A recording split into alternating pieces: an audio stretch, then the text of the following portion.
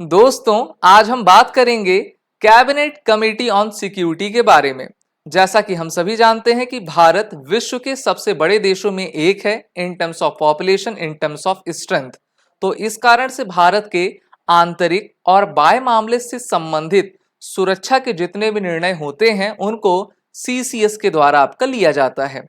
सबसे पहले हम ये जान लेते हैं कि कैबिनेट कमेटीज की संख्या कितनी होती हैं। तो टोटल ये 8 होते हैं, जिसमें cabinet committee on appointment, cabinet committee on accommodation, economic affairs, parliamentary affairs, political affairs, security, investment and growth और 8वीं एम्प्लॉयमेंट एंड स्किल डेवलपमेंट रहा करती है। आज हम बात कर रहे हैं सीसीएस के बारे में। तो सबसे पहले हम इनका कॉम्पोजिशन जान लेते हैं। इसमें भारत के प्रधानमंत्री इस कमेटी की अध्यक्षता करते हैं। इसी के साथ मिनिस्टर ऑफ डिफेंस अर्थात रक्षा मंत्री, गृह मंत्री, minister of finance, minister of corporate affairs और भारत के विदेश मंत्री आपके रहा करते हैं। अभी वर्तमान में जितने भी मिनिस्टर्स हैं आप उनकी तस्वीर इस अपने स्क्रीन पर देख पा रहे हो। भारत को आंतरिक और बाह्य चुनौतियां सबसे अधिक हैं। इस कारण से बड़े स्तर पर निर्णय लेने के लिए सीसीएस का गठन किया गया है। मेनली सीसीएस रक्षा क्षेत्र में जितने हमारे होने वाले डिफेंस प्रोक्यूरमेंट हैं या फिर डिफेंस से संबंधित जो क्रूशियल आपके निर्णय होते हैं उनको लिया करती है। इसमें आपका दूसरे देशों से अगर हम कुछ डिफेंस डील कर रहे हैं वो शामिल है, या फिर ब्रह्मोस, अग्नि जैसी जो घातक मिसाइल्स होती हैं उनको कितनी कॉस्ट में, कितने अमाउंट में लेना है, इस पर सीसीएस का आखिरी आपका फैसला आता है, तभी वो डील आपकी साइन होती है। अगर हम एशिया में देखें तो एशिया के सबसे बड़े देश भारत और चाइना हैं और वर्ष 1962-1967 में दोनों देशों के बीच युद्ध हो चुका है। वहीं पर वेस्टर्न सेक्टर में भारत और पाकिस्तान दो दुश्मन देश हैं। आप सभी को याद भी होगा वर्ष 1971 में भारत के द्वारा पाकिस्तान को अच्छे से धूल चटाई गई थी और भारत विश्व की चौथी सबसे बड़ी मिलिट्री पावर है, तीसरे नंबर की एयरफोर्स पावर है और भारतीय वायुसेना का तो कोई पूरे विश्व में मुकाबला ही नहीं है। हर क्षेत्र में ये सबसे बेहतर करके आपका दिखाते हैं। वहीं पर सीसीएस के द्वारा भारतीय नौसेना को काफी तेजी से आगे बढ़ाया जा रहा है और वर्ष 2047 तक इनको पूरी तरीके से आत्मनिर्भर यानी कि इनका स्वदेशीकरण किया जाएगा।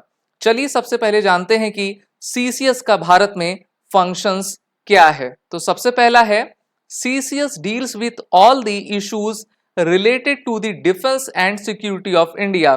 भारत से संबंधित जितने भी रक्षा और सुरक्षा के मामले होते हैं उनको सीसीएस के द्वारा डील किया जाता है और आखिरी और अंतिम निर्णय भारत के प्रधानमंत्री का रहा करता है।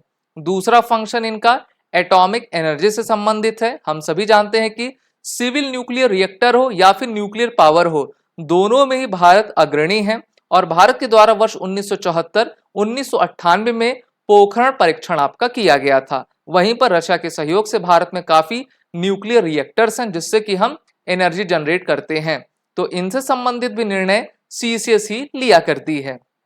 तीसरा इंपॉर्टेंट फंक्शन ये है कि भारत में लॉ एंड ऑर्डर से संबंधित जो नेशनल सिक्योरिटी के इश्यूज होते हैं उनको देखना, उन पर अहम फैसले लेना सीसीएस का दायित्व होता है और इस दायित्व का निर्वाह ये काफी बेहतर तरीके से किया करते हैं। इसी के साथ CCS discusses different initiatives to take to enhance the national securities of India. जैसा कि हम सभी जान रहे हैं कि आज का युग 21वीं शताब्दी का युग है जहां पर आर्टिफिशियल इंटेलिजेंस, इंफॉर्मेशन टेक्नोलॉजी काफी तेजी से आगे बढ़ रहे हैं। तो इसलिए हमको फ्यूचरिस्टिक अप्रोच के साथ आगे बढ़ना है और अपने देश की सुरक्षा को चाक चौबंद करना है। अगला इंपॉर्टेंट जो इनका अहम रोल रहता है वो है it deals with the policy matters of foreign affairs which may have a bearing on internal और एक्सटर्नल सिक्योरिटी इंप्लीकेशंस। भारत सिर्फ आंतरिक चुनौतियों से नहीं बल्कि बाह्य चुनौतियों से भी आपका जूझता रहा है और इस कारण से सीसीएस इन पर भी आपके निर्णय लेती है। एनएसए हमारे प्रधानमंत्री को आपका हमेशा असिस्ट करते हैं जिससे कि हमारे प्रधानमंत्री सभी विषयों को सही तरीके से जान पाएं और सीसीएस की मीटिंग में अपने तरफ से एक पॉजिटिव अप्रोच के साथ सही निर्णय दे सके। अगर हम बात करें बाह्य चुनौतियों से, तो भारत को सबसे बड़ी चुनौती अभी इस समय खालिस्तान मूवमेंट से है, क्योंकि खालिस्तान मूवमेंट को समर्थन यूरोप और नॉर्थ अमेरिकन कंट्रीज के द्वारा दिया जा रहा है और भारत भी इनका मुंह तोड़ जवाब आपका दे रहा है। वहीं पर अपने पड़ोसी चाइना को देखें तो चाइना के द्वारा साइबर स्पेस और साइबर अटैक भारत में किए जाते हैं, जिससे कि भारत की इंपॉर्टेंट इंफॉर्मेशन को वो चोरी कर सकें और भारत को आपका मैनिपुलेट कर पाए। आपको याद होगा वर्ष 2019 के पहले जम्मू कश्मीर में जो है स्टोन पेल्टिंग होती थी और धारा 370 हटने के बाद भारत ने उस पर आपका काबू पा लिया है और पाकिस्तानी जो सेना है वो लगातार कोशिश करती है कि बॉर्डर से हम ड्रोन अटैक आपका करवाएं और भारत के अंदर जो है ड्रग्स और आपके इलीगल हथियारों को भेजते जाएं। वर्ष 2019 फरवरी का महीना तो आपको याद होगा जब भारत द्वारा पाकिस्तान की सीमा में घुसकर बालाकोट सर्जिकल स्ट्राइक की गई थी और 300 पाकिस्तानी आतंकवादी को मारा गया था। अभी के हमारे ग्रुप कैप्टन और उस समय के विंग कमांडर अभिनंदन वर्तमान को आपका वीर चक्र से सम्मानित भी इसके लिए किया गया था।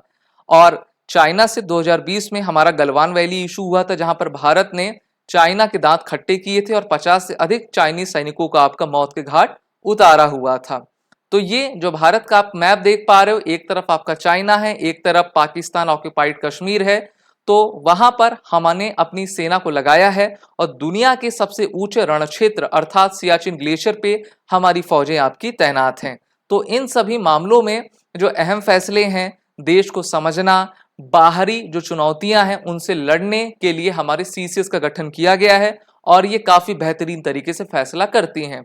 अगर आपको ये वीडियो अच्छी लगी हो तो इसको लाइक शेयर करिए और हमारे फैक्ट फ्लिकर के इस चैनल को आप सभी सब्सक्राइब जरूर कर दें।